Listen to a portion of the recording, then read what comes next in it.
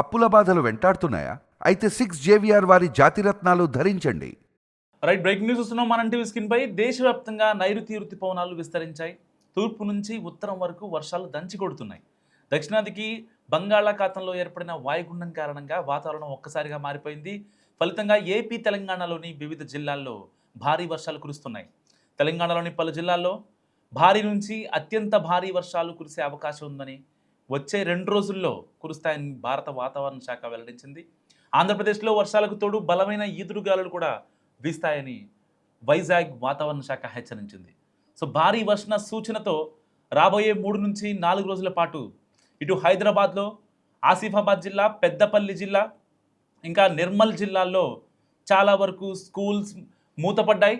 So ఎట్టి పరిస్థితుల్లో జనాల్ని బయటికి రావద్దని కూడా వాతావరణ శాఖ హెచ్చరికలు జారీ చేస్తుంది, అవసరమైతే తప్ప. ఎందుకంటే ఇప్పటికే ఇటు హైదరాబాద్, సికింద్రాబాద్లో దాదాపుగా 10 మందికి పైగా మ్యాన్ హోల్స్లో పడి తర్వాత ఆ వరదలో కొట్టుకుపోయిన సిచ్యువేషన్.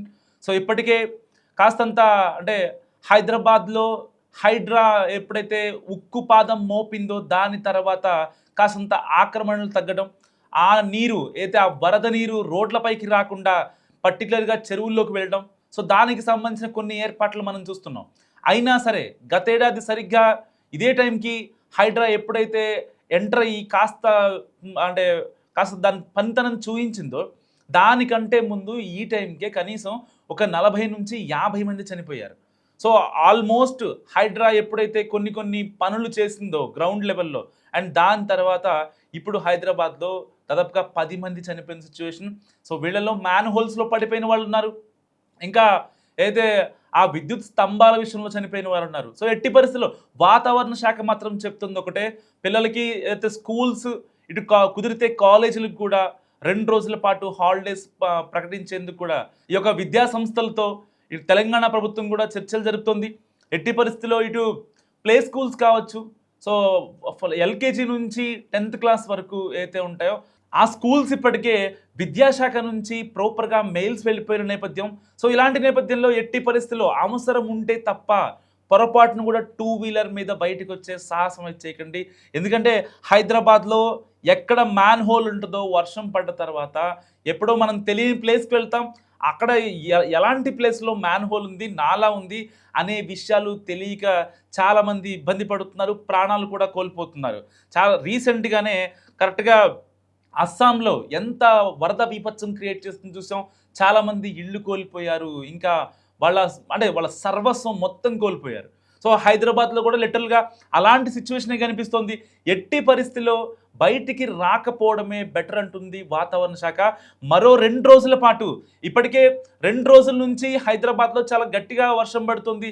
ఎటు వెళ్ళాలన్న ట్రాఫిక్ జామ్, గంటల కొద్దీ ట్రాఫిక్ జామ్ అవుతుంది. చాలామంది మెట్రోలను ఆశ్రయిస్తున్నారు.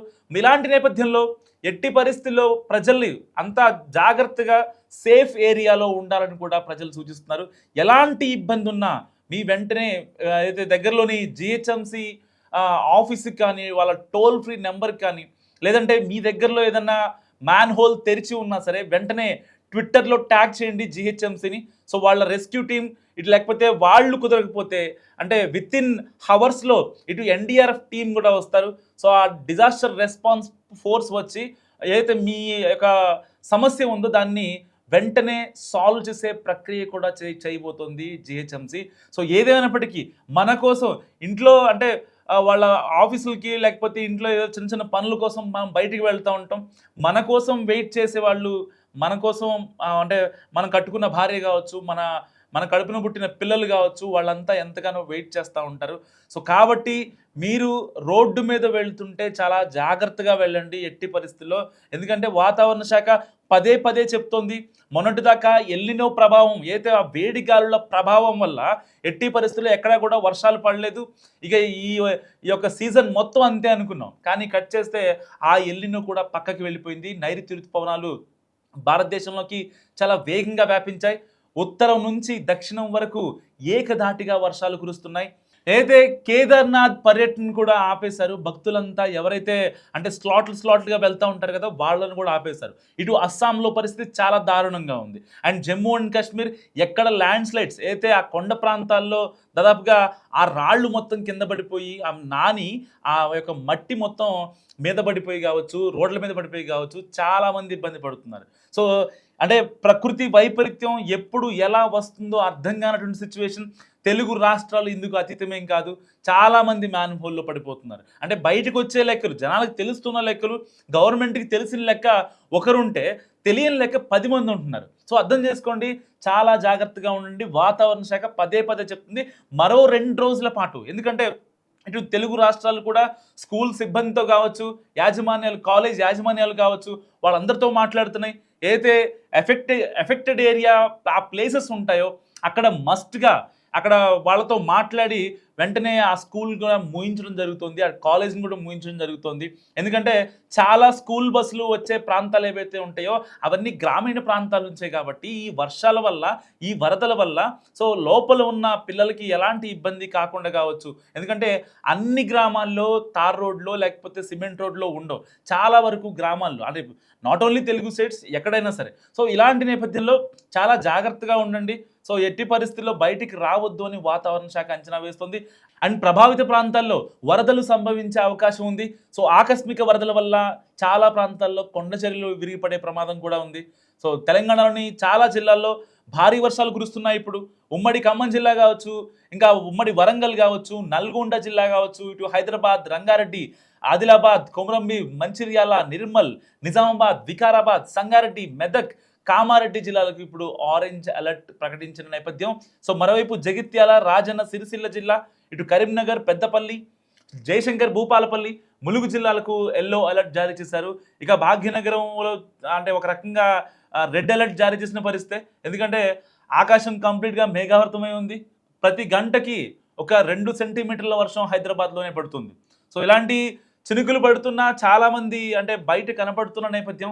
ఇటు వాతావరణ శాఖ, ఇటు ప్రభుత్వం కూడా హెచ్చరిస్తూనే ఉంది. సో ఒక్కరోజు మీరు ఆఫీస్కి లీవ్ పెట్టినంత మాత్రాన, ఒక్కరోజు మీరు వెళ్ళకపోయినంత మాత్రాన నిజంగా ఏమీ అయిపోదు. కానీ మీ ఇంట్లో మీకోసం వెయిట్ చేస్తూ ఉంటారు. సో మీకేం జరగకుండా రావాలని వాళ్ళు ఆ చిన్న పిల్లలు కావచ్చు, ఇంట్లో ఉన్న పెద్దవాళ్ళు కావచ్చు, మిమ్మల్ని కట్టుకున్న వాళ్ళు కావచ్చు, మీకోసం ప్రార్థనలు చేస్తూ ఉంటారు. సో ఒక్కసారి ఆలోచించండి. ఒక మోస్తరు వర్షం పడిందంటే చాలా జాగ్రత్తగా ఉండండి. ఎందుకంటే ప్రార్థించే పెదవుల కన్నా సాయం చేసే చేతులే మిన్న. సో మనకేదన్నా ఇబ్బంది జరిగితే అంటే అనుకోకుండా ఏదన్నా వైపరీత్యం వల్ల మనకేదన్నా ఇబ్బంది జరిగితే మన ఫ్యామిలీని చూసుకోవడానికి నిజంగా ఎవరు ఉండరు. ఎవరో ప్రార్థిస్తారు తప్ప వాళ్ళకొచ్చి సహాయం చేయడానికి మాత్రం నిజంగా ఎవరికి దగ్గర రారు. ఎవరు అంటే కనీసం పట్టించుకోరు. ఆ టైంకి మహా అయితే అయ్యో పాపం అని అనుకుంటారే తప్ప ఎవరు కూడా మన ఫ్యామిలీని, మన పిల్లల్ని, మన అమ్మ నాన్నల్ని ఎవ్వరు కూడా పట్టించుకోరు. సో ఇప్పటిదాకా వాతావరణ శాఖ దాదాపుగా వర్షాలు స్టార్ట్ అయ్యి 2 నెలలు జరుగుతున్నా అయితే ఎల్నినో ప్రభావం వల్ల చాలా వర్షాలు పడకపోయినా సరే సో ఇప్పటిదాకా ఎట్టి పరిస్థితుల్లో వాతావరణ శాఖ ఎప్పుడు కూడా ఇంత గట్టిగా హెచ్చరించలేదు. ఇటు వైజాగ్ ఐఎండీ అదే చెప్తుంది, ఇక్కడ హైదరాబాద్ ఐఎండీ కూడా అదే చెప్తుంది. ఎట్టి పరిస్థితుల్లో జనాలు అత్యవసరమైతే తప్ప బయటికి రావద్దని చెప్తుంది. అండ్ రికార్డు స్థాయిలో వర్షపాతం నమోదు జరుగుతోంది ఇటు ఉత్తర తెలంగాణలో. గడిచిన 24 గంటల వ్యవధిలో జగిత్యాల జిల్లాలో సారంగాపూర్ 20 సెంటీమీటర్ల వర్షం నమోదైంది. అటు బుగ్గారం 18.2 సెంటీమీటర్ల వర్షం. అండ్ నిర్మల్ జిల్లా కడ్డంపెడ్డూరులో 14.5 సెంటీమీటర్ల వర్షం పడింది. ఇటు పెద్దపల్లి జిల్లా కామన్పూర్లో 14.1 సెంటీమీటర్ వర్షపాతం నమోదైంది. అండ్ ములుగు జిల్లాలో కూడా భారీ వర్షం నమోదైంది. చాలా మండలాలు 10 సెంటీమీటర్లకు పైగా వర్షపాతం నమోదైంది. ఇటు చూసుకుంటే జయశంకర్, భూపాలపల్లిలో 11 సెంటీమీటర్లు, ఆ తర్వాత పెద్దపల్లిలో 10 సెంటీమీటర్ల వర్షపాతం నమోదైంది. కోస్తాంధ్ర అంటే కంప్లీట్గా ఏపీకి వస్తే కోస్తాంధ్ర, రాయలసీమకు భారీ వర్ష సూచన కనిపిస్తోంది. ఇప్పటికే చాలా జిల్లాలకి రెడ్ అలర్ట్ జారీ చేశారు, ఆరెంజ్ అలర్ట్ కూడా జారీ చేశారు, అండ్ ఎల్లో అలర్ట్ 2. సో ఆంధ్రప్రదేశ్లో కూడా ఇదే పరిస్థితి కొనసాగుతుంది లిటరల్గా. కోస్తాంధ్ర, రాయలసీమ జిల్లాల్లో భారీ వర్షాలు పడతాయని తెలిపింది వాతావరణ శాఖ.